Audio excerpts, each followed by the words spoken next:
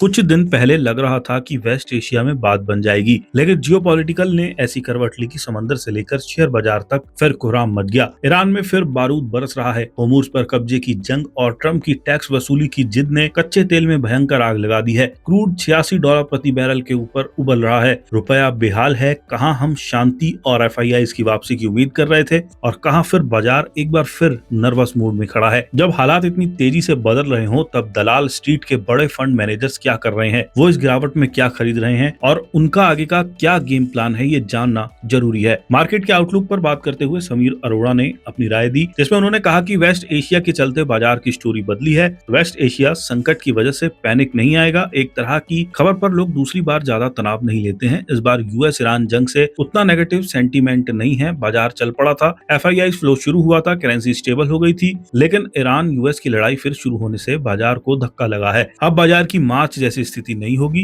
US Iran की लड़ाई से रिस्क जरूर बढ़ा है। जंग जल्द खत्म होने की उम्मीद है। ट्रंप लंबी लड़ाई नहीं चाहते हैं। कुल मिलाकर 4 से 5 सालों में बाजार का प्रदर्शन ठीक था। द कोरिया ताइवान के रिटर्न के साथ तुलना कर लोग दुखी हुए। स्टॉक की कंपनी को भी शॉर्ट कर खुश होते हैं, जिन पर पहले लॉन्ग थे। पहले 1.5-2 साल से अंडर परफॉर्मेंस दिखा। अंडर परफॉर्मेंस की लोग तरह तरह की वजह ढूंढ रहे हैं। भारत के फंडामेंटल पहले जैसे ही हैं। भारत में कुछ नहीं बदला। समीर अरोड़ा ने बताया कि IT शेयरों में उन्होंने निवेश को 0 कर दिया है। शुरू में पेटीएम और जोमेटो में वेटेज 2 से 2.5% तक लिया। फंड का बड़ा हिस्सा किसी एक शेयर में नहीं लगाते। 0 निवेश और ज्यादा निवेश के चक्कर में मौके छूटते हैं। पेटीएम और जोमेटो को सीमित रिस्क वाले स्टॉक की तरह लिया था। अभी IT में निवेश करना आम राय के खिलाफ जाने जैसा होगा। अभी भी IT शेयरों में निवेश नहीं करेंगे। कई लोग गिरावट में खरीदारी की रणनीति रखते हैं, लेकिन मार्केट और बिजनेस से जुड़ी अनिश्चितताएं अलग होती हैं। जब मैनेजमेंट में 7 से 8% ग्रोथ का भरोसा दे, तब IT निवेश बेहतर होगा। 2 से 2.5% ग्रोथ पर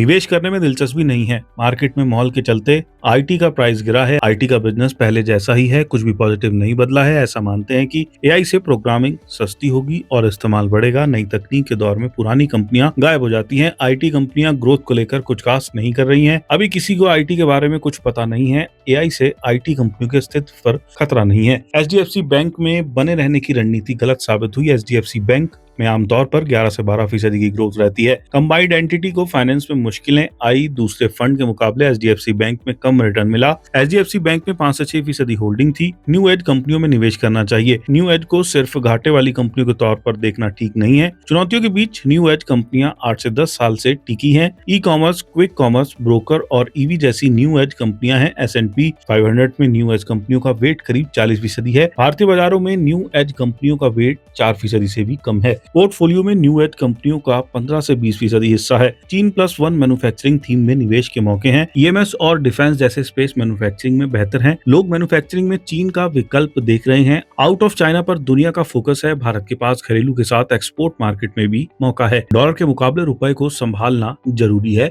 रुपए को संभालने के लिए सरकार ने कई कदम उठाए हैं। FCNR यानी foreign currency non resident deposit काफी आकर्षक है। काफी डिपॉजिट मिलेगा। FIIs का पैसा भी आगे रहा है। गोल्ड इंपोर्ट भी गिरने लगा है। AI फ्यूचर है। स्टॉक मार्केट में AI बड़ा बबल नहीं है। AI भी निवेश करने वाली कंपनियों में गिरावट है। गोल्ड सदियों से चल रहा है। बिटकॉइन में दिलचस्पी नहीं है। सरकारी के मुकाबले प्राइवेट बैंक ज्यादा पसंद है। आगे स्मॉल कैप सबसे ज्यादा चलेंगे। भारतीय निवेशक मिड स्मॉल कैप फंड में ज्यादा पैसा लगाते हैं। इंडेक्स फंड से ज्यादा इक्विटी फंड पसंद है। उन्होंने ये भी बताया कि वे सैमसंग में निवेश करने से चूक गए थे।